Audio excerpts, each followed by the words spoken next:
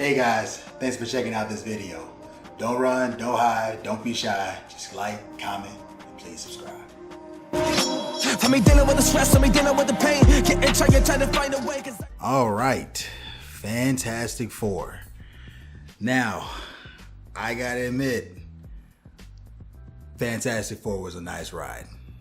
I really did enjoy being able to watch really what was the foundation of Marvel and what it is that became the iconic world that we all know and love today. Finally getting a movie that I feel I really did justice to the characters for the most part. We'll talk about that later on. You know what I'm saying? I did have some issues with not. We'll talk about that later. But overall, Fantastic Four was a really, really good time. I think that overall it was interesting, and I like the fact that they had the 60s vibe that was like this anachronistic, futuristic 60s world. That was just, it was a nice aesthetic to look at that just made it feel different, but made the world still feel unique and lived in. Like you were interested and you almost wanted to see what it's like to live there. Obviously, it's kind of crazy that they have discovered warping technology, which was something I couldn't help but think about in the movie. Like they can discover how to teleport things, but they haven't discovered how to get the grain out of the TV. You know what I mean? Like that to me, I thought was kind of funny. But Fantastic Four, we'll start off with the plot. Fantastic Four pretty much is the story of Earth's mightiest team, most competent team, going and basically living their lives being celebrated as the world's most famous and most prosperous heroes. As far as I can tell, the only heroes. These characters have been the Fantastic Four for about 4 years. And we open up with finding out that after 2 years of trying to have a child, Reed and Sue are having a baby. So, long story short, everything is going great. Everybody's happy that there's a new addition to the family until one day the Silver Surfer arrives and lets them know, yeah, all this shit is over with. Galactus is coming. Pray together, eat together, run together, but it's all coming to a head. The Fantastic Four, obviously, being Earth's mightiest heroes, I'm saying that for a reason because they are effectively this world's Avengers, go out to space to try and confront Galactus, and Galactus is willing to spare planet Earth in exchange for Sue and Reed's firstborn child. So that is essentially the plot of the movie. I feel like it's significantly more focused, I gotta say, just off the rip than Superman. It doesn't have as many cutaways because the plot is really, really dedicated to telling and showing not just the characters that are in the moment as is, you know, the Fantastic Four, Reed Richards, Johnny Storm, Sue Storm, Ben Grimm, the Thing. You get a chance to really bask and explore a little bit in this world what the different characters are going through. But even though there's not a single real fight in this whole movie, there's no fights. Like there's confrontations, there's battles. There's confrontations, I'll say. There are confrontations in the movie, but there's no fights. But there's no part of the movie that was boring. And I feel like when it comes to like a first time watch, this is like, it's really, really good because of you're genuinely wondering, well, how are they going to get out of this? Like, it's so hopeless, in fact, that you're genuinely thinking, and like, I feel like most people were, if you're like me, the world is probably going to end. Galactus is going to eat their Earth. And then somehow that's going to mean that they're going to figure out how to get to the main Marvel timeline, and then that's how they end up coming into our universe. But I will tell you guys that is definitely a possibility that is on the table, but we will get into the spoiler section later on when it comes to what the outcome of that is. But overall, I thought the story was really, really fun. It was very suspenseful. Again, it was much more of a science fiction movie than it was a superhero comic movie, which I thought was really, really cool because it was just different. And I think that was something that Marvel really needed. I think that Marvel has been trying too hard to try to recapture the lightning in a bottle, and they're just trying every single time they see something that, or they release something that fans don't like, they just immediately panic and they just go reset to where none of their projects mean shit no more. So now you're just kind of pissed that you wasted so much time watching all of those shows because they ended up amounting to nothing. So then you don't trust Marvel because now you don't want to waste more time on another project that you don't know where it's going to go. So while obviously this is more of a staple character and series, people are definitely going to come out and check this out.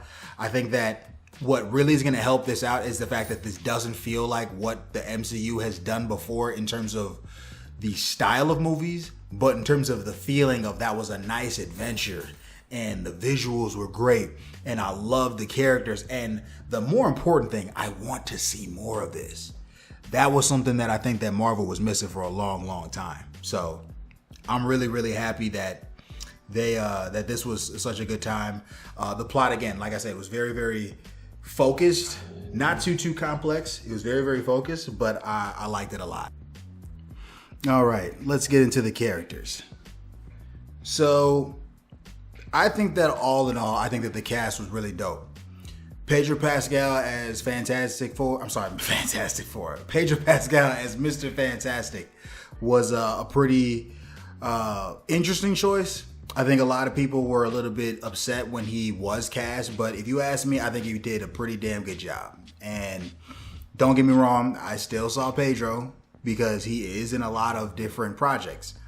But that being the case, I can't sit here and deny that he didn't convince me on screen that, okay, that is, if nothing else, a version of Reed Richards.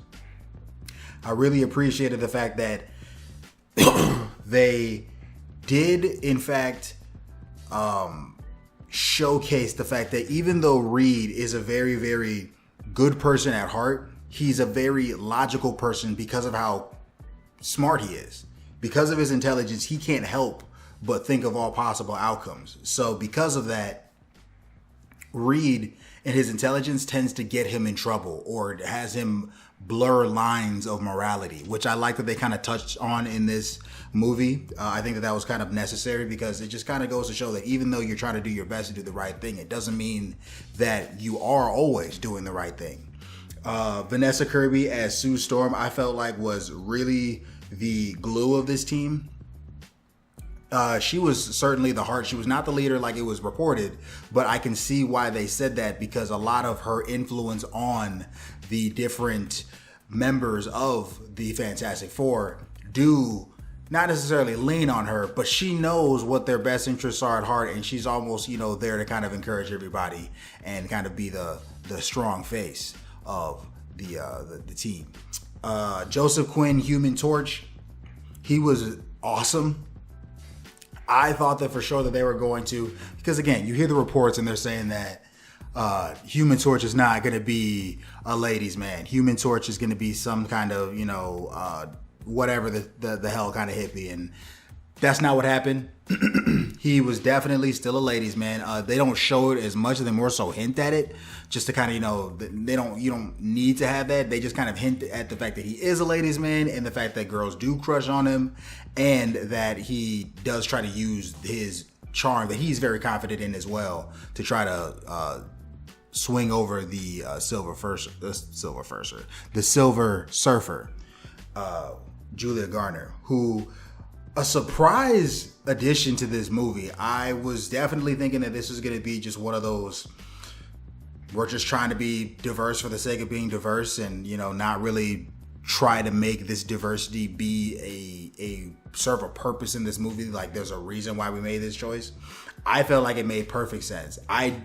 The thing that I think is that, you could definitely tell this story with the male Silver Surfer, but I don't think you could tell the story the same way and still have audiences like it the way that you wanted to like it, unless you did it this way. So I thought that she was excellent.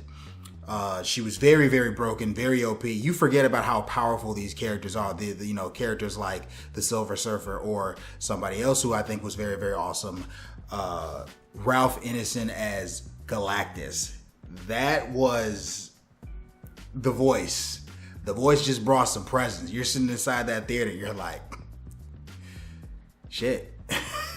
But I thought that it was a really, really good iteration of Galactus. Super comic accurate. I don't think you could really ask for anything else. But I think that was really, really dope. Paul Walter Hauser as Mole Man. I think that was a pretty funny and I think pretty obvious casting when it was announced back in the day. I think that we just kind of knew that, it's a 1-to-1. Who else would he play? Unless he just be this random cameo of himself. But I think that all in all, it was a pretty cool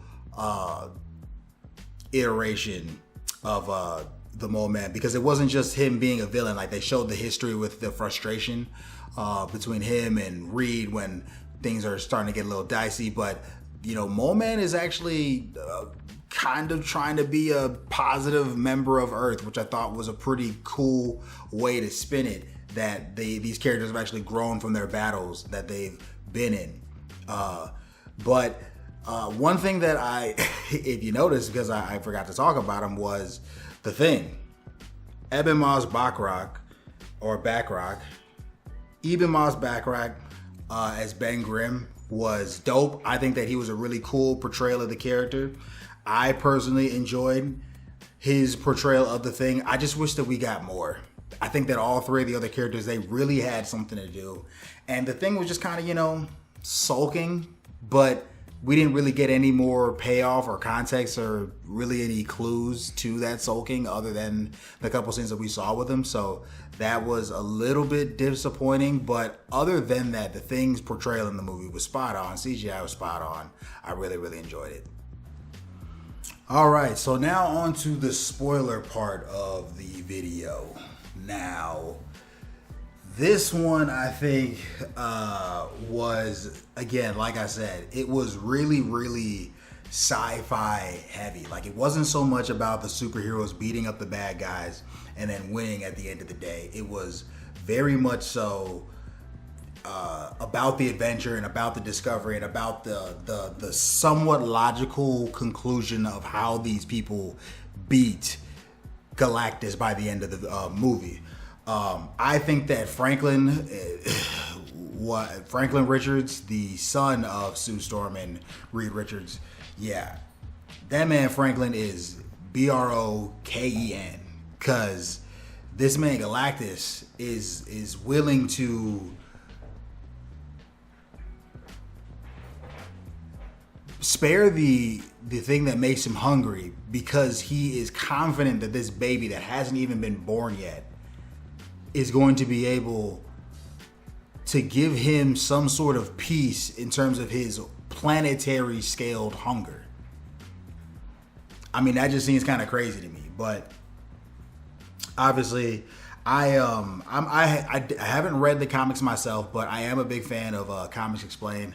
Usually when I'm working on, my drawings and whatnot, I'll end up listening to either one of his podcasts or maybe they're not podcasts, but I guess they're called comic full stories or something like that, or somebody else's full stories, or maybe I'll end up listening to a podcast or whatever the case may be. But a lot of these things, now that I'm watching the movie, I do remember these terms being talked about and hearing about how powerful he is. And if I'm remembering correctly, that is just the tip of the iceberg when it comes to what Franklin Richards is capable of. So you can definitely see that with what they're doing with Franklin. I'm not sure that he's going to be inside of the new version of the new version of the Fantastic Four that's in this new reset of the MCU that's supposed to happen after Secret Wars. But what you do know for a fact is that he is for sure going to be the reason why Doctor Doom has Battleworld formed together. And he is also for sure going to be the reason why the Marvel Universe ends up getting reset. Now, how we connect all those plot points to be able to make all that happen, I'm not sure.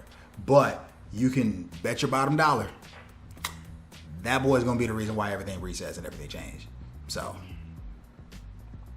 I thought that the scene where Reed is deciding to. So there's a scene where Galactus is coming to Earth, and Reed needs to teleport the planet away from where the solar system is, essentially, to a whole other solar system to be able to make it to where Galactus is going to spend millions and millions of years to find them.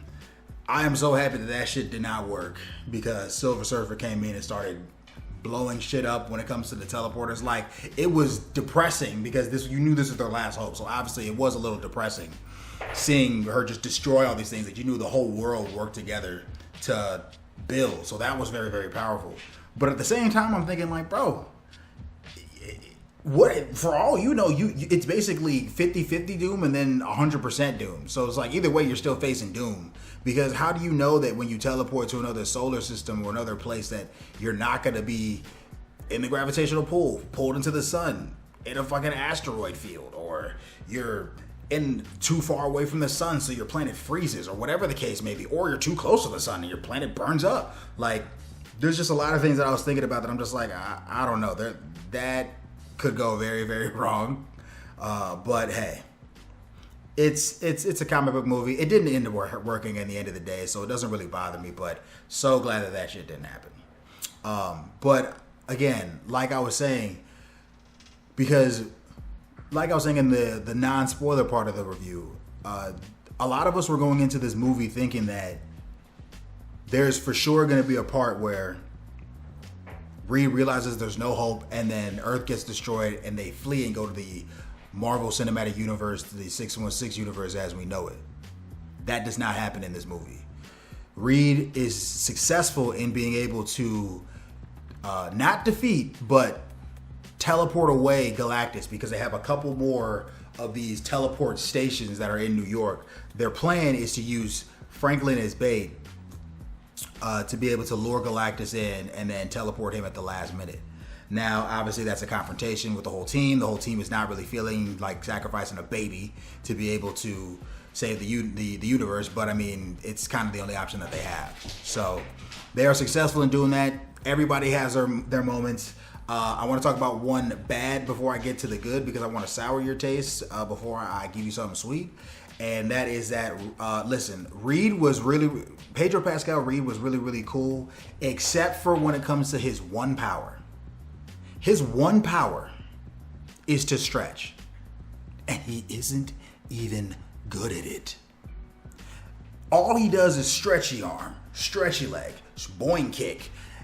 But there was a scene where Galactus is like stretching Reed, but you would think that because Reed's only power is to stretch, he'd be, you know what I'm saying, stretching him like this and doing all kinds of shit. Reed's just kind of like, what the fuck? You know what I'm saying? But that's not what happens.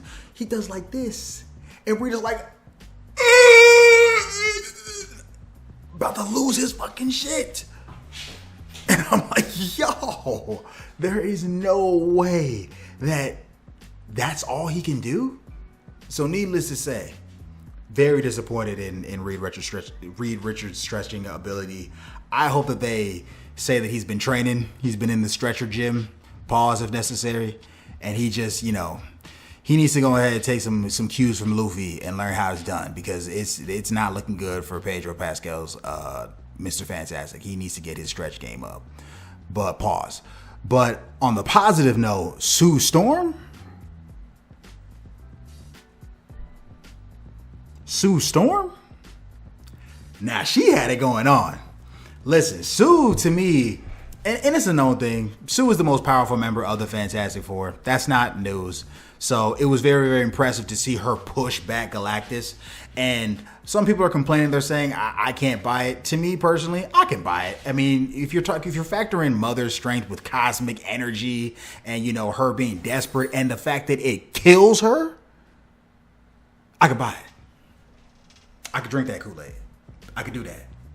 So I thought that was really, really dope. And then Franklin brings her back to life. Saw that coming. There was no way that they were going to kill Sue in the first Fantastic Four. If they did, everybody would be pissed. So we knew that Franklin was going to bring her back. So I thought that was cool. It didn't really bother me, but you saw that coming from a mile away for sure. So the thing I thought that was really cool also was that Johnny was willing to sacrifice himself several times inside of this movie. Like, Johnny is so selfless in this, and I can see this being a setup for the death of Johnny Storm inside of the MCU, maybe towards the third movie, because he's already so willing to sacrifice himself. I feel like they're kind of hinting towards that, and I like that. If that's where they're going, I'm cool with it. I'm cool with it. We need some real stakes and some real drama back in the MCU.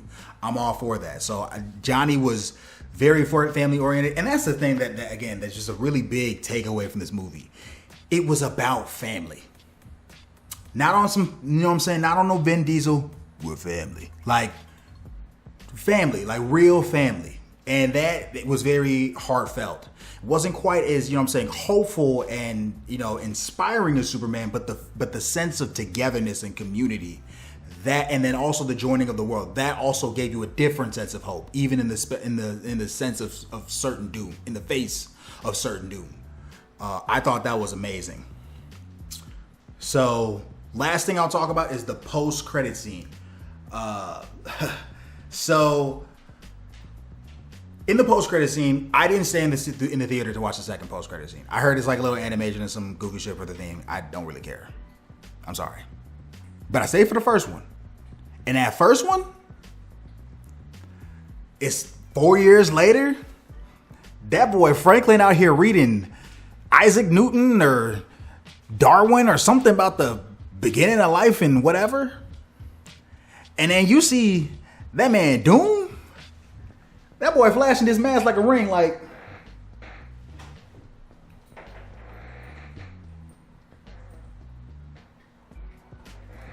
playing with Franklin. I'm like, what? So that, I mean, you knew he was coming. If you was coming in this and you thought we wasn't even gonna get an iota of Doom, you was crazy. But this was one of those things where I was I was hyped. But yeah, camera died. But yeah, Dr. Doom was, I mean, we didn't get to see his face. So obviously that has me thinking that either that's not RDJ, because he's already been announced as Dr. Doom. So I don't know why you wouldn't show his face. So I assume that we're going to be seeing multiple Dr. Dooms inside of Secret Wars and Doomsday. But I got to say, Fantastic Four definitely has me excited for the future of the MCU. I'm very much so looking forward to Doomsday, looking forward to Secret Wars, obviously looking forward to Spider-Man Brand New Day, which is also, I believe, coming out in 2026. So that's gonna be fun. But that was a ride. I really enjoyed Fantastic Four. But yeah, if I had to give Fantastic Four a rating, I would give it an 8 out of 10. I think I'm pretty comfortable saying that that's an 8 out of 10. I think that overall it was a very enjoyable movie. I do think that the thrill and the excitement of just not knowing how they're going to be able to overcome Galactus is just a really cool experience, and the sense of dread that is then overcome by their solution is just really cool. But yeah, guys, that is what I thought of the Fantastic Four. If there's something that I'm missing, I want you guys to go ahead and hit me inside of the comments. And let me know what you guys thought about Fantastic Four. Did you think that it was a really good movie? I thought it was a good movie. If you thought it sucked, let me know in the comments below. And please tune in for Fantastic Four versus Superman. Hey guys, it's Tony with the TD World. Thanks for checking out this video. Remember, don't run, don't hide, don't be shy. Just like, comment, please subscribe. See you next time. For me dealing with the stress, for me dealing with the pain, getting trying to find a way.